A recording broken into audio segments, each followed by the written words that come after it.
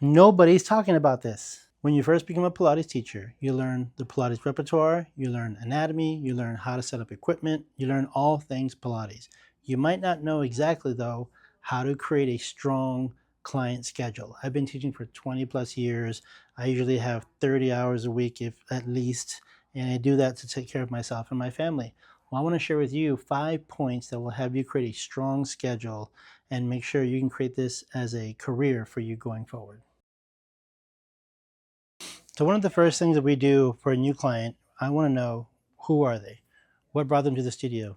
I know they're interested in doing Pilates. I know they've already looked up Pilates, probably found many places, and probably looked us up online to check out my website. That's great. What I really want to know is what brings them uniquely to Pilates. Do they want to create more core strength? Do they want to get stronger to do like house chores? Do they want to be able to take care of their grandkids? You know, all those questions that kind of personalize their experience for Pilates will actually have them create a long-term program. Not just me, but them. So I'm first interested in partnership. As I get to know someone, I'm not just an expert in Pilates, although I've been doing it and know it for many, many years. I want them to be able to see how Pilates becomes a practical, effective way of doing the work that will affect the rest of their lives. So now I'm going to go further into what are they looking for. Most of the time when I get an intake form, people often say stronger core, bigger arms, or just better posture. For me, that's topical and it starts a conversation, but it doesn't really get to what are they looking for. When you start a conversation and someone says, I just want to be able to take care of my grandkids, guess what? That often means that specifically, I have a hard time bending over. Okay, great. Now we have a goal. Let's have you learn how to reach down to touch your toes or be able to pick up a weight off the floor. You know, diving into the goals and really uncovering the real, what we call the gold or the real pearl that has them feel like, okay, I have success now. That's going to create a long-term client because now they know you are there for them, empowering them to be better and to be stronger and to live a more vitally fit life. The next thing I want to know is, have they tried Pilates before?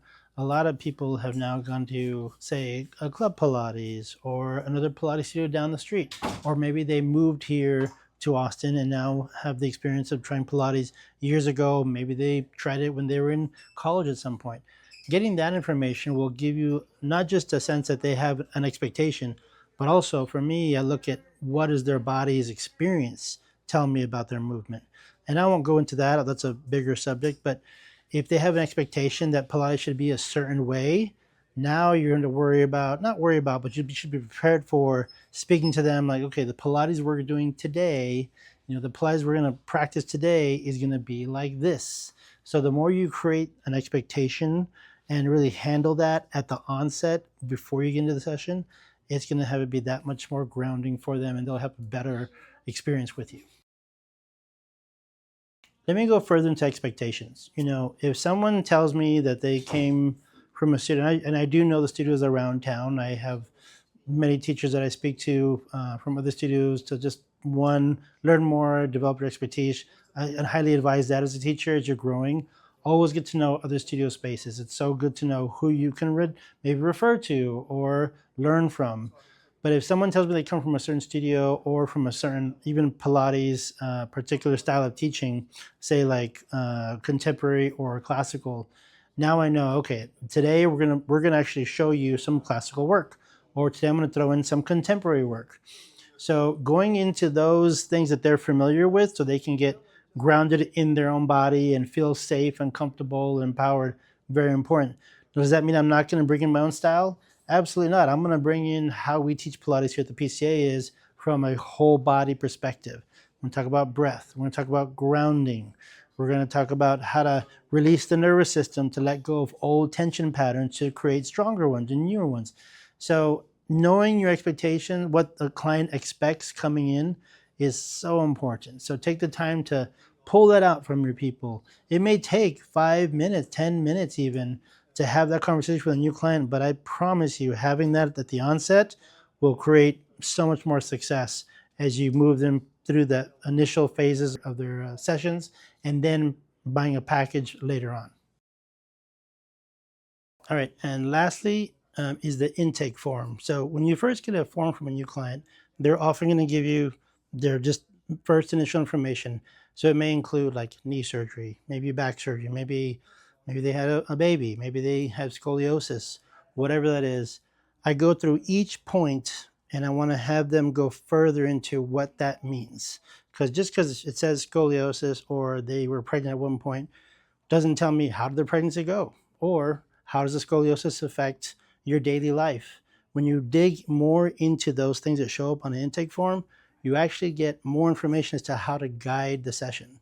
And then the session becomes, again, about them. And we're about empowering our clients to be taken care of, feel solid, know that we're going to touch on everything that's a movement for them and make it that much more effective through the Pilates practice. One thing that's super, super important as you're going through intake form, expectations, why they chose your studio is this. We practice something called active listening. What you're doing is you're taking the time in your own mind, set up how you're receiving that information. Maybe you relax a little more in your face. Maybe you just smile a little bit more to receive the information. Maybe you just take the time and just read over their intake form and, okay, that makes sense. Just whatever it is that you're showing, you're being, you're in your mind, you set up that you want to receive that information because you are genuinely interested in what they have to tell you. This goes so far. It creates trust. It creates the relationship that you want to have in an ongoing relationship. It shows the client that now they're being heard. People just want to be heard nowadays. So you give them a chance to speak and share their life with you, why they want to do Pilates. Guess what? Now they're like, okay, I can see myself growing further into my practice with this person at this studio. So give that a try. I hope this helps. This is great information. Please like and subscribe. We'll certainly be sharing more how we create a successful Pilates studio here in Austin, Texas. We've seen some great growth this year and we look forward to more. And we'll see you soon.